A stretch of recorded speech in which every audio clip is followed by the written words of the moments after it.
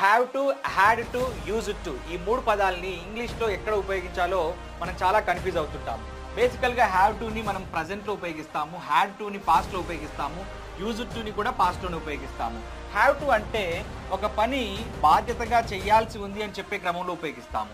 అంటే ఒక రెస్పాన్సిబిలిటీ గురించి, డ్యూటీ గురించి చెప్పినప్పుడు ఉపయోగిస్తాము. ఫర్ ఎగ్జాంపుల్, ఒక దగ్గరికి నేను వెళ్ళాల్సి ఉంది అని చెప్పినప్పుడు ఐ హ్యావ్ టు గో అని చెప్తాము. ఇలా వర్బ్ ఫస్ట్ ఫామ్లో తీసుకుంటాము.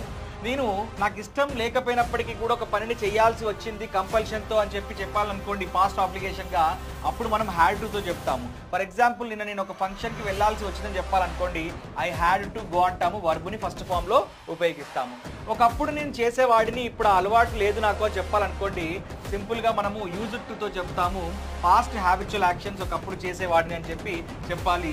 యూజ్ టు తర్వాత వర్బుని ఫస్ట్ ఫామ్లో యూజ్ చేసి చెప్తాము. ఐ యూజ్ టు గో అంటే నేను ఒకప్పుడు స్కూల్కి వెళ్ళేవాడిని.